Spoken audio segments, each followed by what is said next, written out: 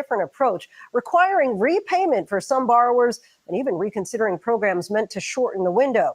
So what could this mean for your own student loan debt? ABC's Alex Perche has more.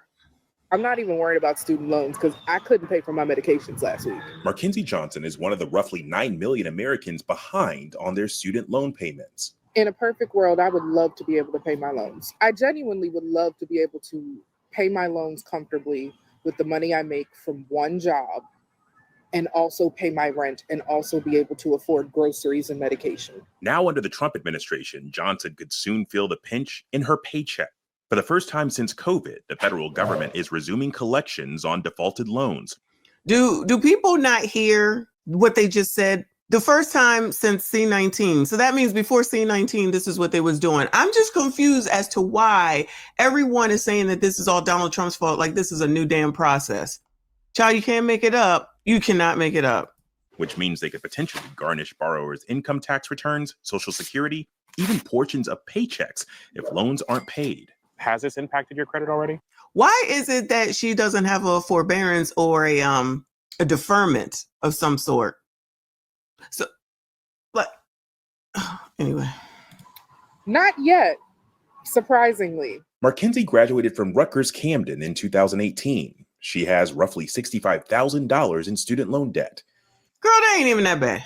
Crippled by disability, she was unemployed, but just recently she landed a job. So I went on unemployment forbearance, and as soon as I came off unemployment forbearance, all of the income-based repayment plans were paused. Now that she's employed, the federal government wants her to make $400. Wait, income-based repayment, I think, was back under Joe Biden. So listen, one of the best things that you can have in your life is your health. I'm gonna first of all say that. So good luck to her with whatever it is that's going on. I'm not asking, I'm just saying. But I feel like people don't take the fact that the unexpected can always happen and to keep that in mind when you do things, whether it's take out a bunch of loans, take out a bunch of credit card debt, take out a bunch of student loans, make sure that you're on vacation, spend every little bit that you have, don't save anything, don't invest in anything. I don't think that people think that far ahead.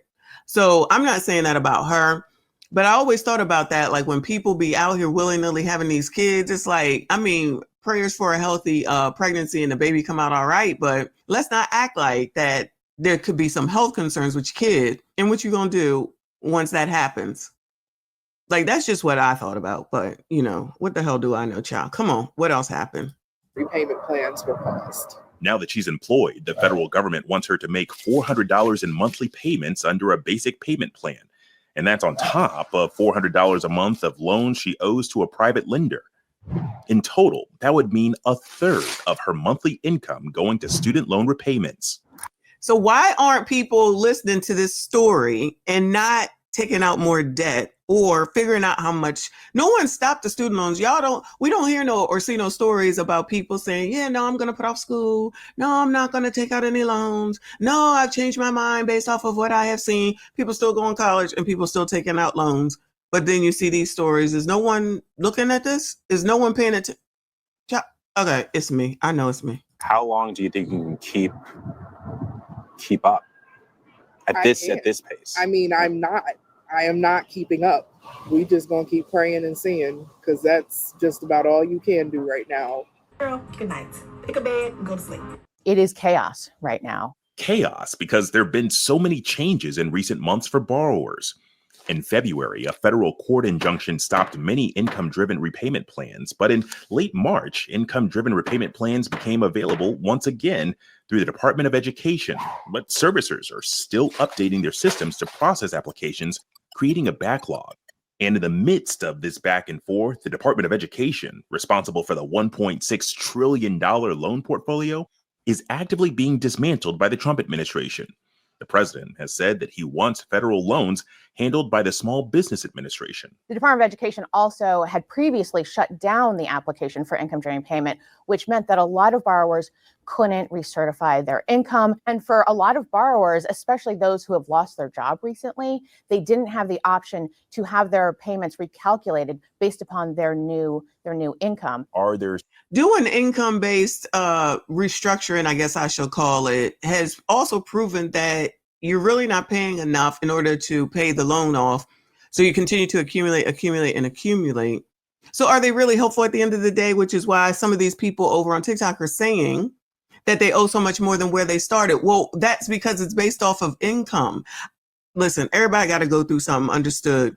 It's been at least 4 years where there was no payment due. And we've been back to work since what? Or people have been back in the office, I should say, since 2022, if I'm not mistaken. So no one was trying to do anything. And the student loans, I think, didn't even start paying back until last year, 2023, if I'm not mistaken. And then once they said you got to pay them back, because I remember that under Joe Biden, they said you didn't have to really technically start paying back until June of Child, I can't do it. I can't do it. It's just so many opportunities to do right by yourself, and you don't want to do it. You don't do it. You don't understand how to do it. And then when the rubber meets the road, for lack of a better way to describe it, it's all Donald Trump's fault, of course. There's some tips that you can provide for borrowers to help make sure that their repayment plans stay intact. Studentaid.gov is the central repository of their federal student loans, and will tell them where their loans have been assigned to, and will allow those borrowers to then proactively reach out to those servicers. Take screenshots both of their studentaid.gov accounts and also their servicer accounts. The last thing I'm going to suggest is that every single congressional office has constituent services to help their constituents when they are dealing with problems with the federal government. And of course, these are federal student loans. We're encouraging folks to reach out to those offices right now if they are experiencing problems. Student loans can be difficult to navigate, even for those who can afford to pay. Jacqueline Green has been a consultant for an NGO and is part of the Public Service Loan Forgiveness Program that was started under President George W. Bush. The program rewards public servants like U.S. government employees, firefighters, nurses, and some working in their nonprofit sector with loan forgiveness. Not George Bush. Ain't he Republican? Wasn't Georgie a Republican, whichever one they talking about? I know you effing lying. I know you're not trying to say that some Republican conservative person on the right help people out with public service loan forgiveness type of child. Somebody lying. Firefighters, nurses, and some working in their nonprofit sector with loan forgiveness. Lie. As long as the employees make 120 consecutive student loan payments and work at least 10 years. When I found out about the program, I thought, okay, this is an opportunity for me to breathe financially and get closer to the American dream. You want to go to school, you want to. All right, well, let me first say that she is absolutely beautiful. Shout out to you, boo. Hey, girl, I see you, boo. But you mean she did some research and found something out, and girl, what happened, child? What happened? Have a good job. You want to buy a home, have a lasting impact in your community, in your family. Like, that's my version of the American dream. Yeah. But another change under President Trump's administration, the NGO she works for may soon be ineligible for student loan forgiveness.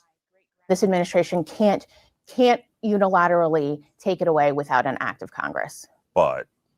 But it is under threat. And so borrowers need to be prepared to both document what they've done, get those employment certifications in as soon as possible to ensure that they are able to get their time counted. Jacqueline is on year 7 of working for this NGO, 3 years away from potentially having her loans forgiven. Oh, I get it. She got to do the 10 years. Got it, girl. Got it. All right. 3 years, 36 months. Let's go. If your eligibility were to go away, or if they were to drastically change the requirements for the program, does it feel like a promise not kept? I'm just playing the waiting game, and I'm hopeful that my student loans will be forgiven. Studies show Black women are the most educated group in the U.S. And shout out to Black women. According to the National Center for Education Statistics, they have more student debt, $39,000 on average for undergraduate education. Oh, no. And keep on going and keep on going and keep on taking those student loans out. The average for student debt in America is nearly $29,000. Oh, no, not disproportionately affected. And yet we continue to still get into this conundrum, I shall call it. So we know what it is. We know how it works, but we still want to get into. Okay. Makes sense to me, child. For Markenzie, she believes she'll have to go into more debt before her financial situation improves. At a certain point, it's about what you want. I've always known The only way that I am going to level up financially is going to be a higher level of education. I will be going back. Yes, one day I will be Dr. Markenzie Elise Johnson. Well, there you go. Shout out to Dr. Markenzie Johnson. You go, girl. With student loans. But I will be educated and better able to navigate this mess. You say the only way is up. It's the only way. Even if it's walking up that mountain. Yeah, even if it's crawling. Did you just hear what she just said? Like, what am I missing? Yeah. What am I missing? She's sitting here saying that she's going to still take out more student loan debt, knowing that she can't handle the debt that she has, so that she can be Dr. blah, blah, blah, blah. And then if she has a mountain of debt, she ain't worried about it, even though she's worrying about it and she got health issues. And yet somehow, some way, she didn't say it, but this news program is basically saying this is all Donald Trump's fault, one way or another. The delusion. Again, we know what it is. We know how it works. And even though you can see it, you've been told about it, and you know what to expect, you still go into that den, and then you still try to say that it's somebody else's fault, even with all the information. These are educated people. And yes, I'm definitely talking about the Black people in this case, because I'm Black and because everything got to be disproportionately affected. But you're never looking, your brain is never coming to the conclusion that you have all the information and you still make the choice to get into these situations that are not good for you financially, or for your future, or for your potential kids' future, or for the generational wealth that you speak about, or about anything that will allow Black people to finally move up and not be at the bottom of so many things. Child, I don't know what more anyone can do. You got to filter through what this damn news program is saying. Then you got to filter through what these people are saying.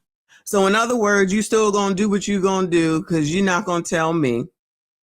And that explains why I can't have any empathy and sympathy. If you want to play with your financial future, then you go right on ahead. And then when you end up in situations that you inevitably have put yourself into, saying that there's somebody else's fault, you can say it all you want to. But one of these days, you're going to look back and hopefully your brain will work enough to say, damn, I shouldn't have did that because I already knew. And here I am sitting here in this situation. But y'all, as I always say, what the hell do I know? Y'all make sure you hit the like button, subscribe if you are new, make sure you comment. I see you all in the next one.